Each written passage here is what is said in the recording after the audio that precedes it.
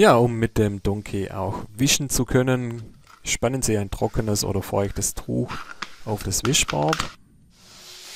Das Wischboard mit dem Tuch klicken Sie dann an den vorgesehenen Stellen auf dem Donkey fest. Sie starten den Donkey dann mit einem Knopfdruck auf den Wischbutton des Saugroboters oder über die Fernbedienung.